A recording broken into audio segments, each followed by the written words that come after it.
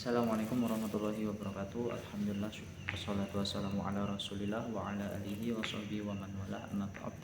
Sebelumnya yang terhormat Bapak Farid Hasan M. Hum selaku pembimbing mata kuliah seminar proposal. Sebelumnya perkenalkan, di sini nama saya Habibi Maulana Rahman dengan NIM 53020210059. Dan di sini saya akan memenuhi tugas mata kuliah tersebut, tugas UAS yang berkaitan dengan seminar proposal skripsi saya sendiri. Oke, jadi di sini judul yang saya angkat adalah kepemimpinan non muslim menurut kitab tafsir Al-Qurtubi dan juga Al-Misbah.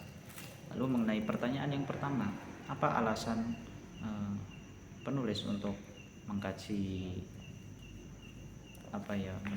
judul tersebut? Nah, alasan dari saya sendiri sebenarnya ini bukan hasil dari referensi saya membaca-baca, cuma waktu itu berangkat dari diskusi bersama teman dan terbesit juga untuk kenapa saya nggak memilih tema kepemimpinan aja ya. Tapi kalau cuma mengangkat kepemimpinan itu kan masih general. Lalu di sini ada pengkerucutan, yaitu tentang kepemimpinan non muslim. Nah, lalu latar belakang dari atau alasan kenapa saya memilih judul ini adalah, menurut saya ini akan menjadi sebuah peristiwa atau sebuah diskursus yang mungkin itu akan menimbulkan kontroversial atau cukup hangat lah ketika besok menemui peristiwa seperti itu. Nah,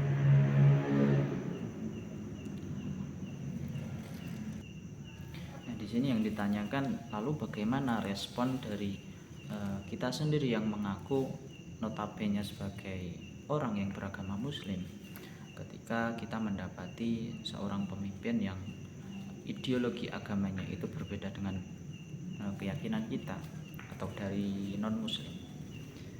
Padahal di Al-Quran sendiri sudah dijelaskan bahwasanya dalam Quran surah Al-Maidah 51, ya ayyuhalladzina amanu la tattakhidul yahuda wan nasara awliya.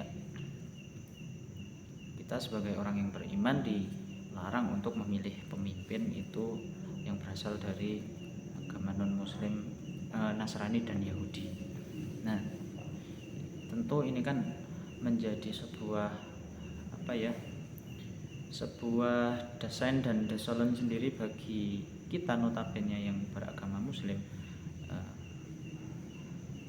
yang seharusnya ketika masyarakatnya itu muslim ya idealnya adalah pemimpinnya seorang muslim.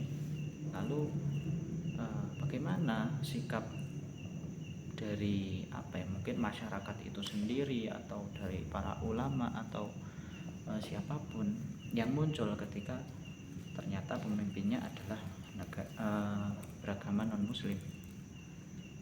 Di sini pun dalam latar belakang sudah saya jelaskan bahwasanya ada dua sikap ulama yang muncul ketika menghadapi diskursus kepemimpinan non muslim. Ada yang setuju dan ada yang tidak.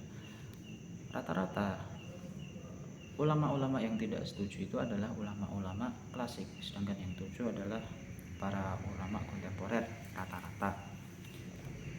Lalu itu kan sehingga itu kan menjadi bukti bahwa itu masih ada sebuah gap pemikiran antara ulama klasik dan juga ulama kontemporer. Kenapa bisa berbeda gitu loh? Ataukah itu sebuah pergeseran paradigma dalam menafsirkan ayat-ayat Al-Quran antara ulama kontemporer dan ulama klasik? Nah, di sini itu yang membuat saya semakin yakin buat meneliti, karena apa sih yang menyebabkan kok sama-sama pandangan ulama kontemporer dan juga ada yang klasik, tapi kok hasilnya bisa berbeda. Nah, tentu ini akan menjadi mungkin ketika kita menghadapi besok di masa yang akan mendatang nih, ada kepemimpinan di negara Indonesia sendiri ya, khususnya dari negara Indonesia sendiri kan walaupun bukan agama Islam tapi masyarakatnya itu mayoritas adalah agama Islam. Lalu bagaimana jalan keluar yang dihasilkan, yang dikeluarkan ketika besok semisal ada diskursus seperti ini. Walaupun diskursus seperti ini saya yakin juga sudah ada di tahun-tahun dahulu, dan ini juga bukan merupakan sebuah novelty atau kebaruan ya. Tapi di sini saya memilih tafsir Al-Qurtubi dan juga Al-Misbah, dan itu juga belum ada yang meneliti. Nah,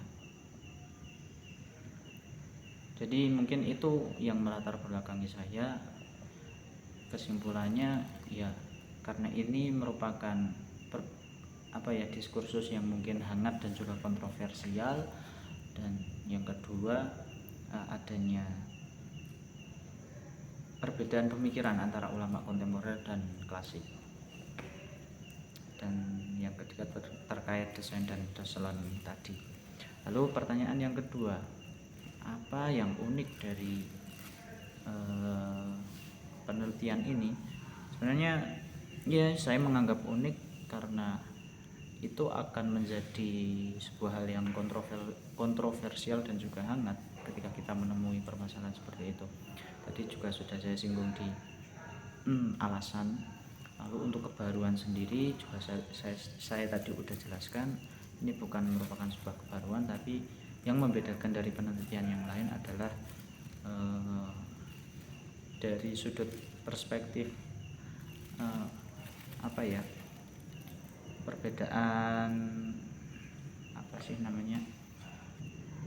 perbedaan sudut pandang mufasirnya. Di sini saya menggunakan Al-Qurtubi dan Al-Misbah, dan itu belum ada yang meneliti. Lalu yang ketiga, sumber apa yang digunakan. Kan di sini ada dua sumber, sekunder dan primer.